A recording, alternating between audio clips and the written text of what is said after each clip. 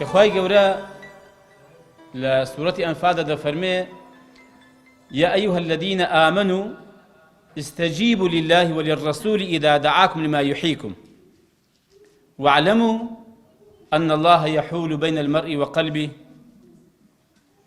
دفرمي أي أوانك برواتن هناوا بدم بانگوازی خوا و پیغمبری خوا و بچن صلاة والسلام خوای لەسەر بێ بۆ شتێک کە پێی زیندوو دەبنەوە واتە ژیانی ئەوەی تێدایە سەرفرازی ئەوەی تێدایە بەختەوەری ئەوەی تێدایە واتە بە دوانەکەوتنی پێغەمبەری خوا یا بەدەم بانگەوازەوە نەچوونی پێغەمبەری خوا کە خۆی لەو شەریعەت و بەرنامە و ڕێبازەکەیدا دەبینێتەوە بێگومان بەدبەختی بەدوادادێ ماڵوێرانی بەدوادادێ و هەرچی دەرد و ناخۆشی و گرفتاریەکانی کە مرۆڤ تووشی دەبێ لە ژیانیدا هەمووی لەوەیدا سەرچاوە دەگرێت کە مرۆڤ ئەگەر بەدوای پێغەمبەری خوا نەکەوت سەڵ وسلم خوای لەسەر بێ و ئەم ڕێبازەی هەڵ نەبژارد و پێشیەوە پابەند نەبوو بە شێوەیەکی هاوسەنج و ڕێک و پێک ئەوە گومانی تێدانێت کە تووشی بەدبەختی و تووشی ماڵوێرانی دەبێت. چۆن ژیان لە بەدواکەوتی پێغەمبەری خوادا هەیە سەڵات وسلام خوای لەسەر بێ پێغەمبەری خوا بەکردەوە فێری کردوین کە ئێمە تەنها و تەنها ملکەس و گەردەنکەسی خوای پەروەردگار بی کە خوای گەورە دەفەرمێ وإذا حكمتم بين الناس أن تحكموا بالعدل إن الله يأمركم أن تؤدوا الأمانة إلى أهلها وإذا حكمتم بين الناس أن تحكموا بالعدل أو فرما من بيدك كأمانة كان وك خوي كوك شون أمانتك رادسي كسيدك لبيويستا وك خوي أو أمانة رادسي خاونك بكاتوا دفرمي آوا أمانة كان رادسي خاونك بكنوا كخوايا يا أجر بيوندي با خلقه هو بي آوا رادسي خلق بكنوا أمانة الدين هي أمانة بابتي كهي غير الدين دفرمي بلام أجر حكم تانك لما بين خلق داد قربن بداد قرنا حكم كان دفرمي خلق نيفرموا مسلمانان يا برواداران فرمتي خلق لزور آياتي كده خوي تعالى زختي كردوتو كا بيويستا مسلمان أهل إيمان داد قربي حتى لقل أوانك تشيشو نزاعش لقلان هي دتوانم بلهم يعني بختي شريعات لمسة جملة كوبتوا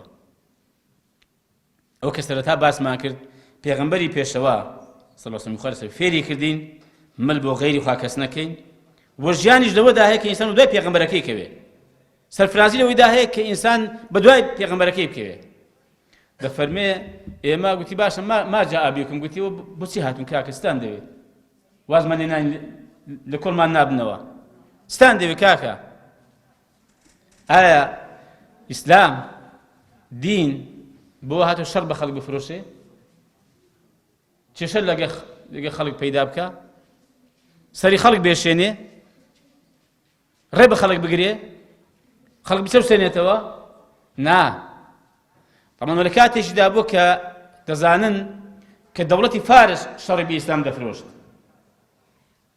ريلي دقرت چشي بودروز دكرت نونركاين دكشت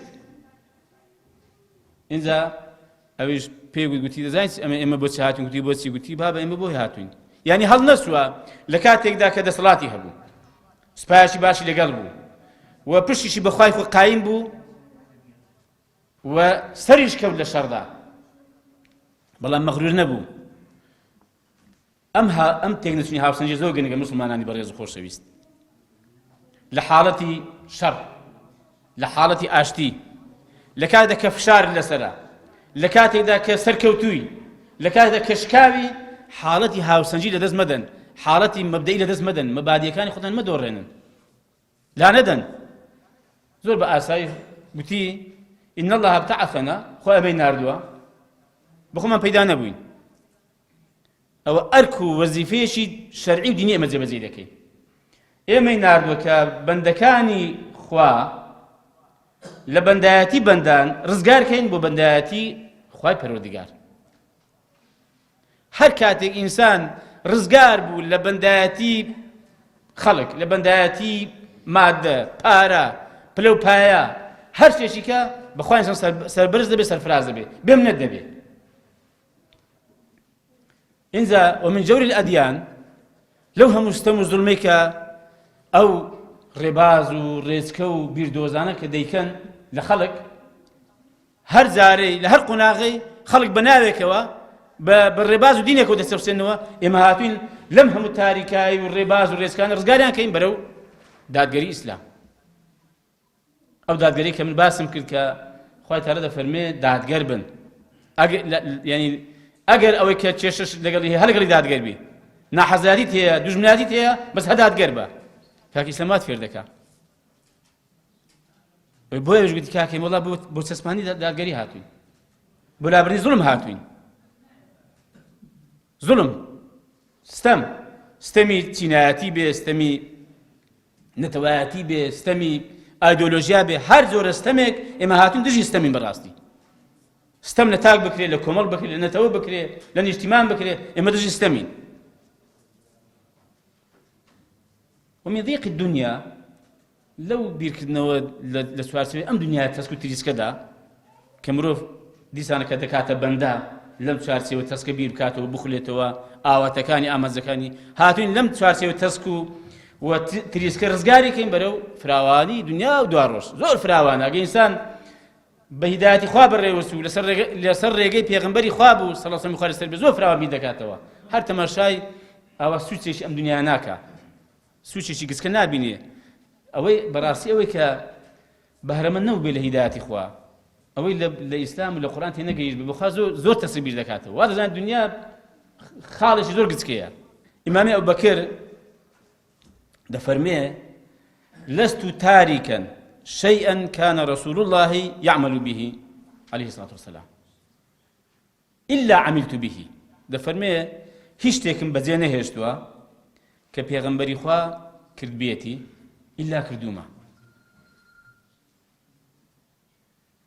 وإني أخشى إن تركت شيئا من أمره أن أزيغ.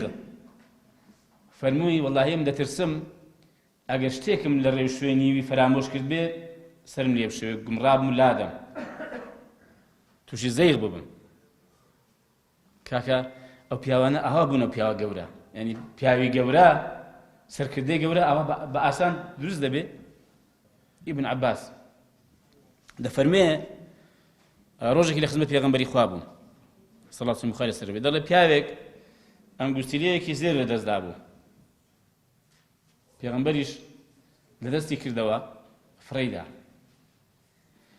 دەڵێ پێغەمبەری خوا ڕۆیشت، دەڵێ ئێمەش گوتمان کاکە بە خۆت هەڵیگرە و سوودی لێ ببینە بڕۆ، مەقسەدەنەوە بدوار لە دەستی کاتەوە، یعنی بچێ بیفرۆشێ بە شتێکی بدا، بیداتە خێزانێ، ئەگەر خوشی بیداتە خوشکێکی، ئەگەر دایکی بیداتەوە دایکی، بۆ نمونە سوودی لێ ببینێ. گوتی چی دەزان؟ گوتی چی؟ گوتی لا والله لا آخذه أبدا وقد طرحه رسول الله صلى الله عليه وسلم. فمي والله قد هري ناقرموا كبيغمبر خوا فريدا وشون هري داقرموا. كاك والله أو بيانا آوا قوربون شتيان بيكراوا، يعني تواني وانا خزمت نكهر بخوان بهم رفاياتي بكن. أما من السادان دي مو بويكا أواني بيش إما تون بيريان للربازي بيغمبر كدوا صلى الله عليه وسلم سربي. هەر بەڕاستی بەناو بە شکل و بە سوورەت نەبووە، بەکردەوە بەناوەڕۆژی تەبەن پێغەمبەریان وا خۆشویستە صلی الله علیه و سلم سەر بێ. حتا ئیمام عومەر دەفەرمێ پێغەمبەر فەرمووی ئیمانتان نابێ هەتا ئەمنتان لە خۆتان، لە دایکتان، لە باوکتان، لە هەموو کەس خۆشتان نەوێ. ئیمام عومەر گوتی ئەی پێغەمبەری خوا وەڵاهی من ئەتوم لە باوکم، لە دایکم، لە منداڵم، لە خێزام، لە هەما خۆشت دێ، بەس لە خۆم نا. فەرمی وەڵاهی عومەر ئیمانت تەواو نابێ هەتا ئەم لە خۆش نەبێ. فەرمی ئەی پێغەمبەری خوا ئێستا ئەتوو لە خۆشم خۆشت دەوێ. کاکە وەڵاهی ئەوانە ئەو پیاوە گەورە بەم شێوە دروست بوون، ئاوا گویان لە پێغەمبەری گرتو، ئاوا بە دوای کەوتن، ئاوا خۆشیان ویستووە. قل إن كنتم تحبون الله فاتبعوني يحببكم الله ويغفر لكم ذنوبكم والله غفور رحيم. ئەگەر ئێوە ڕاست دەکەن دەتانوێت خواتان خۆش بێ فاتبعوني پێیان بڵێ بەدوام کەون خوا خۆشی دەبێن و لە گوناحەکانیشتان خۆش دەبێ و دای دەپۆشێ لێشتان خۆش دەبێ. بۆیە من هیوادارم بەڕاستی ئێمە باش بۆ دای پێغەمبەری خوا کەوین سەڵات و خوا لەسەر بێ، چونکە بە دڵنیایی تا باشتر بۆ دای پێغەمبەری خوا کەوین سەڵات و خوا لەسەر بێ ئێمە بەڕاستی ژیانمان باشتر دەبێ و سەرفراز دەبین. و ئێمە ئەو کاتە کۆمەلگایەک پێک دێ وەکو باسم کرد دژی ستەم دەبێ، دژی نادادگەری دەبێ، دژی دزی دەبێ، دژی گەندەڵی دەبێ، دژی قڕیپڕی دەبێ، دژی کوێ خایەتی و ئاغایەتی دەبێ بەسەر خەڵکی وەکردن، دژی ناتەبایی دەبێ. کۆمەلگایەک پێ دێ کە برایەتی تێدا بەرقەرارە، تەبایی تێدا قوڵ بۆتەوە، خۆشەویستی و ڕێز تێدا زیادی کردووە و تێکرا دژی ستەمە، دژی گەندەڵیە، دژی قۆڕەخکاریە، دژی هەموو ئەو سیفەتە بەد و پیس و خراپانەیە. ئەم کۆمەلگایە بەڕاستی ئەو کاتێک کۆمەلگایەکی بەختەوەر دەبێ و دەتوانرێت بڵێن ئەو کۆمەلگایە لەسەر ڕێ و شوێنی پێغەمبەری پێشەوایە سەڵات و سەلام لەسەر بێ.